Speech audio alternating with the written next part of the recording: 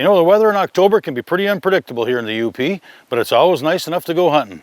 And some days it's so nice, you just gotta go fishing. I spent a beautiful day on the Menominee River fishing for smallmouth with Northwoods fishing guide Mike Mladenik. Fall is here, and let me tell you, it's my favorite time to fish. Everybody goes hunting, doing duck hunting, bow hunting, whatever it is. That's fine, but I just fish, and I love it. All of a sudden, I find myself alone. I can fish on a river or lake, there's nobody there, and guess what? I'm catching a ton of fish. And a look at some fall tree pruning and tree planting tips. 9 million acres of forest, 1,700 miles of continuous shoreline, 4,300 lakes, 12,000 miles of streams, more than 300 waterfalls, 15 counties, 2 time zones, and 1 area code. Welcome to the Upper Peninsula. Welcome to 906 Outdoors.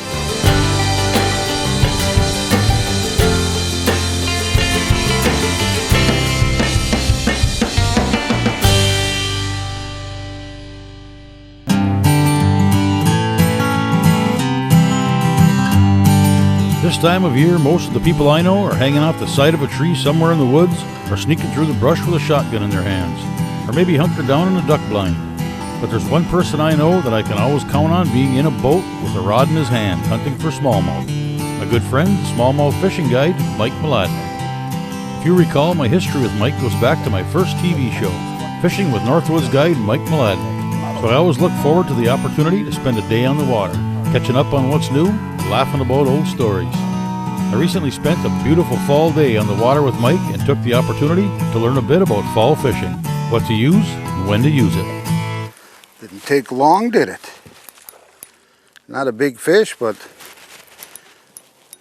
on the case minnow, they catch all kinds of fish. Better fish than I thought.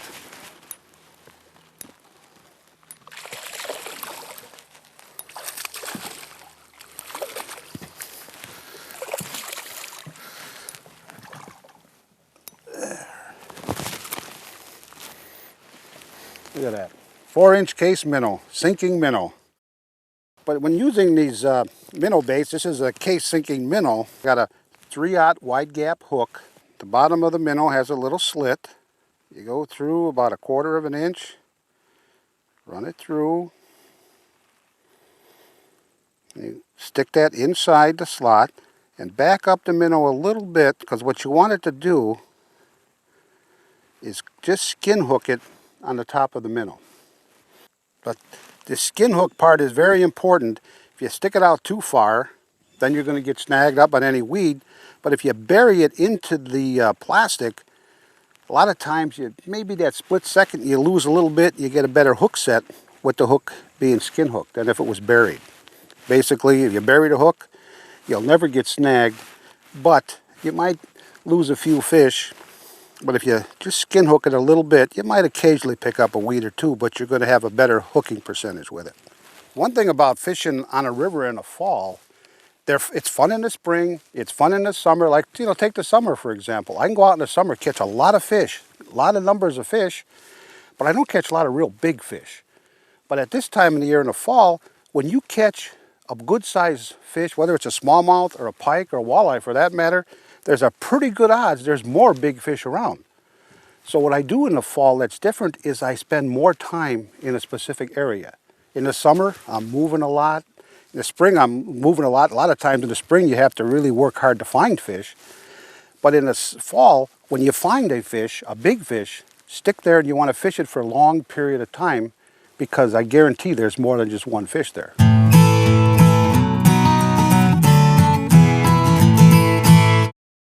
.906 Outdoors is brought to you by Cooking Wild Seasonings. Cooking Wild Seasonings summer sausage. Regular, jalapeno, and garlic.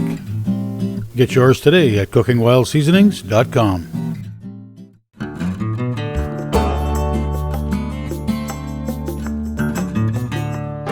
We're biting my minnow bait short, so I put on a minnow and right away I catch a fish, nothing to it. They bite short on one bait, you switch baits and catch them. Don't know how big he is yet. You hear that drag sound, that means it's a decent fish. Whoa!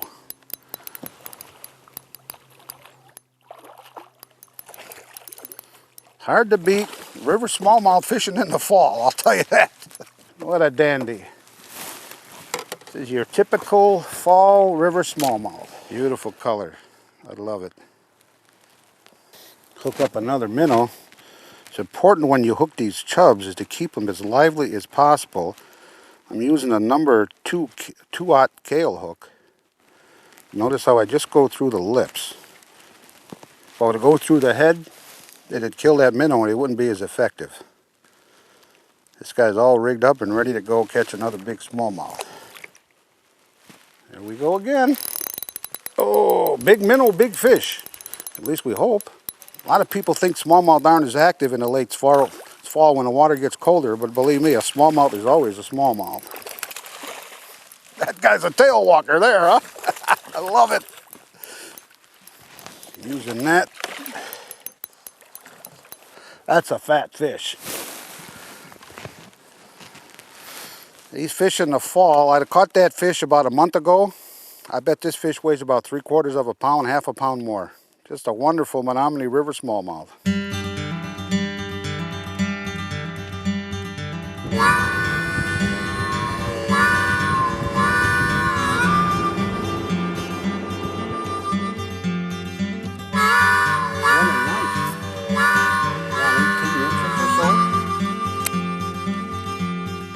Fall is here. Guess what? I'm catching a ton of fish. And I'm catching big fish. Oh, nice fish. Why am I catching big fish? Because I'm very versatile in the way that I fish. I'm prepared for anything.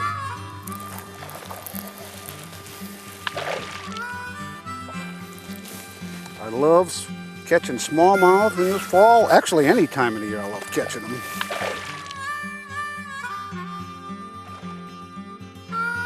My favorite bait in the fall, I like to use these minnow type baits, plastic minnow baits, 5-inch baits.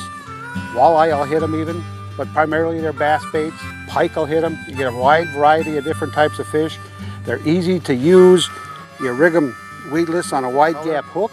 You ain't all that long, but it sure got a belly on them. You can throw them in weeds, you can throw them around rocks, you can throw them tight to wood cover, and they're just dynamite catching all variety of different types of fish. Well, they were in all those fish were holding deeper in the fog, and what happened now, the sun comes out, the bait fish start moving into the shallow water, start getting a little more aggressive, and then these big bass like this, they get into the shallow water too. So the sun is a good thing. Fog, it just gets them to hold real tight. They don't move much. That sun gets them to move. The opposite of what most people think. Here, oh, it's a big, nice pike. Well, it's a fish. It's one thing about fishing in a river, you never know what you're going to catch, that's for sure. Oh, that ain't a bad pike. Beautiful fish. Chunky bugger. We're going to have to move though, because he's going to scare my bass out of this spot. Obviously, you're used to catching northern pike, you're used to getting bit off a lot. But one thing, even if that pike wouldn't have bit me off, this is only 10-pound test line. Whenever you catch a nice pike like that, I always cut the line and retie anyway. But what you want to do when you retie is cut back at least 3 feet or so, 2-3 feet. Get down to some fresh line. Trust me, if you don't retie, you're going to end up getting a big bass on or another big pike and a line will break right off. Oh, that guy hit that hard. You know, I like to catch them with the minnow, but something about using these minnow baits, you get a more vicious strike and almost visual like that fish. I just watched him. He'd come up and smoke that. That's what it's all about. Oh, man. They always tell us, the people I caught 1 million of these things over my life, and I love every one of them. Another thing that's been happening today is typical of the fall, is I'm not getting a lot of short strikes. These fish are on this bait, and bam, they're hammering it, and they're off and running. Oh, well, that's fishing, as they say. Summertime, you come out here some days, they're biting kind of light. You don't know if it's a small fish or you're just not setting the hook right.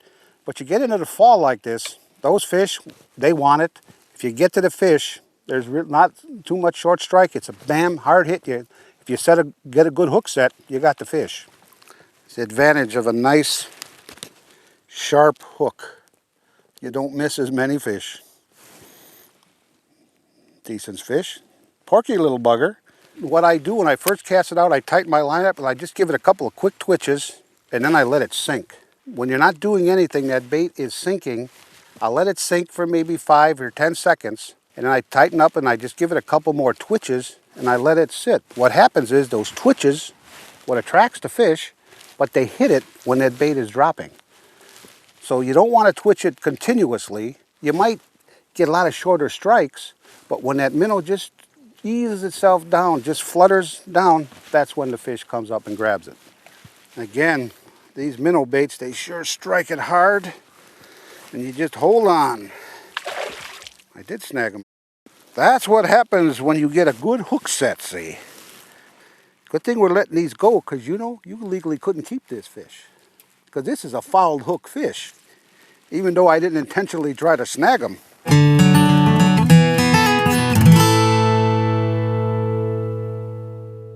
Today's show is brought to you in part by Rapid River Knife Works. Rapid River Knife Works is the largest custom knife factory showroom in Michigan. Hunting knives, pocket knives, and kitchen knives. Watch your custom knife being made and engraved. Free laser engraving with your personal message or company logo. Lifetime warranty on every knife and free sharpening. Bring the family and visit Rapid River Knife Works today.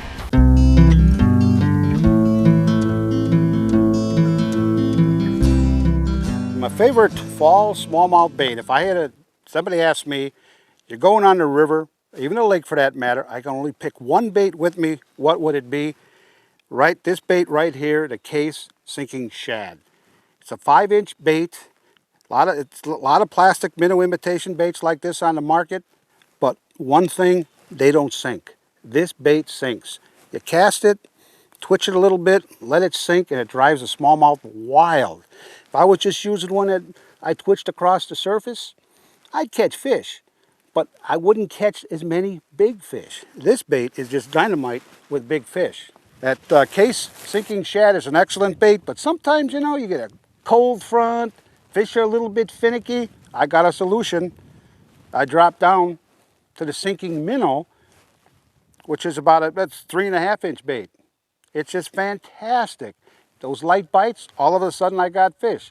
So I take my casting rod with my 10-pound fluorocarbon, work the shad on there, and I take my spinning rod. Now I've got some 8-pound fluorocarbon line, and I've got the sinking minnow, and I got both bases covered.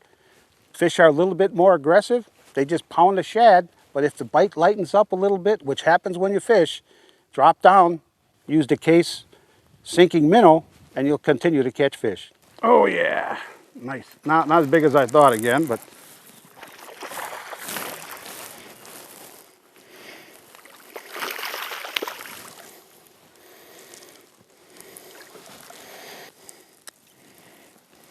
now watch that hook.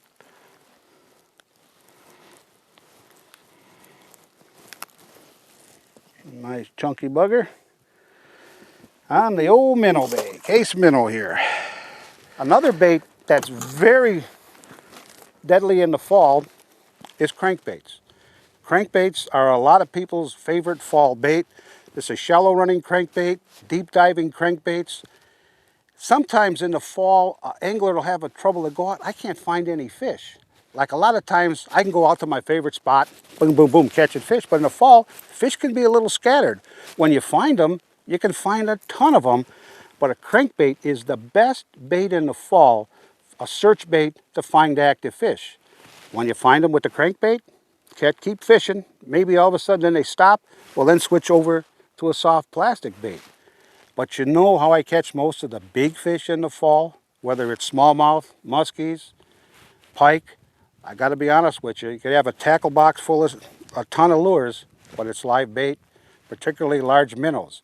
If you're going fishing in the fall, whatever fish you're looking for, if you want a trophy fish, make sure you bring some minnows along because that's the best all-around bait in the fall. I just threw it out and I got a fish on right away. Look at that. That didn't take long.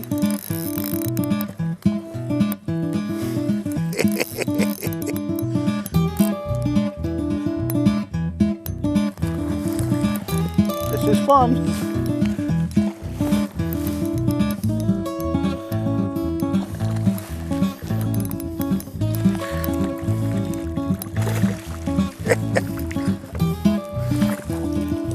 And they're all toads today.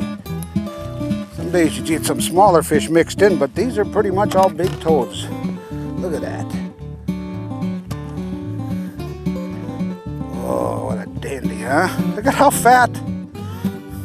Look at that belly. Pretty much a fall thing, especially this size. Now in the spring of the year I use a lot of minnows.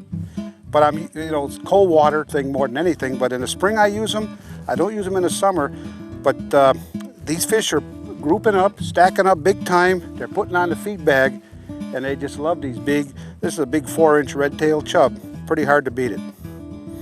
The more we get in the fall, the colder the water gets, the more the minnow bite is on.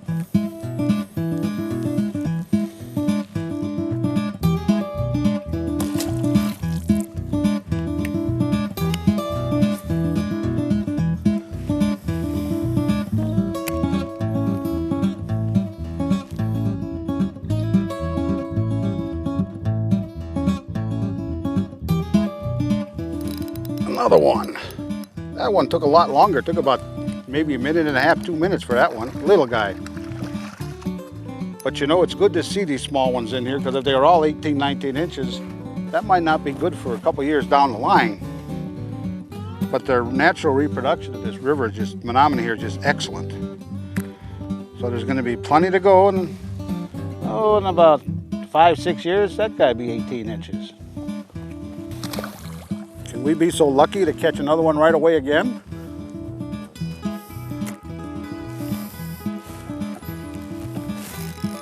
Oh yeah!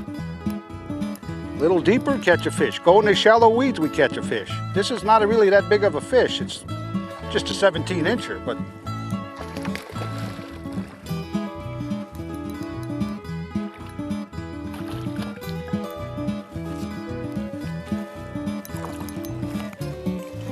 are they fat? These are fat fish. Look at that, huh? Beautiful river fall smallmouth.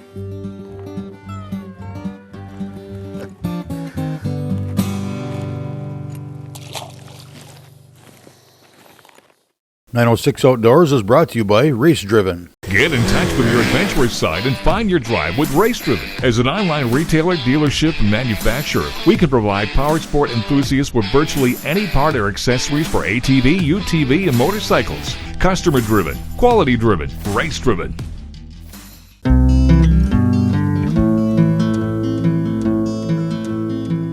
Talking again about fishing in the fall, and one question a lot of people ask me, I give a lot of seminars, go to a lot of sports shows, and they ask me, I like to fish in the fall, where should I fish? What kind of lake, a river, where should I go? They all have their place. Rivers can be productive, deep clear lakes can be productive, even your small little pothole lakes can be productive, and they're all good in the fall, but the tip I can give you is knowing when to fish where. You think, what are you talking about? For example, you got a big, deep, clear lake, a couple 1,000-acre lake. What happens in the fall? You get a lot of northwest winds, a lot of cold fronts come through. On that lake, you're going to have 2, 3 footers. You want to fish over there? You're silly. You come to the river here. I can fish on a river. I can have 30-mile-an-hour winds, and I could find a little bend in the river, a little weed bed, and I could catch smallmouth all day long. A clear, calm day, guess what? You say, that's when I'll go to that lake. No, that clear lake, you got another problem. But you get a day, maybe you got a little 10, 12, 15-mile-an-hour wind, a little chop on the water. That's the place. You go on a deep, clear lake, find a couple of rock bars. You'll find walleyes, smallmouth bass. If there's muskies in the lake, they're going to be there. And most of this action can be right in the middle of the day. Little pothole lakes, they can be good at any time once the weeds die. Like late October and early November, go to a lake like that, they can be excellent too. So you got a wide variety of different lakes to fish in the fall, and fish them all at the right time. If you've been thinking about transplanting some trees into your yard, fall is the perfect time. Here's Sean Cannon with some tips. Landowners looking to take care of their fruiting trees before winter falls. you should always put down your tree guard, your tree wrap on your base of your tree to keep the shrews and the mice and the rabbits, and especially this time of year with rutting activity, the bucks. It's always a good thing too to make sure you get your fencing up, and you want to have sturdy fencing with adequate poles that are going to hold up that fence during the winter with the high snow amounts that we'll get. And you want to get back, you know, within at least a hand reach, maybe anywhere from 4 to 6 feet for that snow load, so it doesn't encroach on your tree. And then as far as pruning trees too, you can prune in the fall. You know, a tree like this size, you know, I go on every other branch, especially these interior branches, you want to prune these back. And don't go too far into the tree when you're pruning, either in the fall or spring. Right on the edge of this stem, come back and prune it. You don't want to get into the tree. You don't want to hit the cambium layer, because that can wound the tree if you get too close to the main stem of the tree. Fall time is a good time of the year to do your tree transplant. And when you're trying to transplant a tree from one area to the next, if you're within an area where you're just going to transplant the tree within a quarter mile, and you have adequate soils, the same soils where you transplanted a tree, you don't need to use a whole lot of fertilizer when you're going to transplant it to another hole. It is good to use some fertilizer, but when you're digging up the tree, you want to go to the outer edge, what you call the drip edge of the tree. And for a tree this size, go down about a foot, and you don't want to go right next to the stem of the tree. You want to get out to that edge of that drip edge. You want to go straight down about a foot, and then you can angle it down. And once you get that tree out, you have the fine root hairs extending out of that tree. You can nip a few of those, and when you bring that tree in that soil pod back to the hole you're going to plant it in, you always want to firmly push down your heel all the way around that tree so there's no air pockets in there. You get any air pockets in there, that tree is more than likely going to die. Same with a tree this size, a white pine. It's a taller tree. I would give it a little bit more room on the outside of the drip edge. I'd come back probably another 6 inches and come down, and I would go at least 2 feet on this and then angle down. So you're going to have a large dirt ball on the bottom of this tree when you're transplanting it. In the fall, it is good to water them, but these trees are going in a dormant stage now, if you want to consider like hibernation. So it's not going to soak up a lot of water, but it is good to give them some water after you transplant them.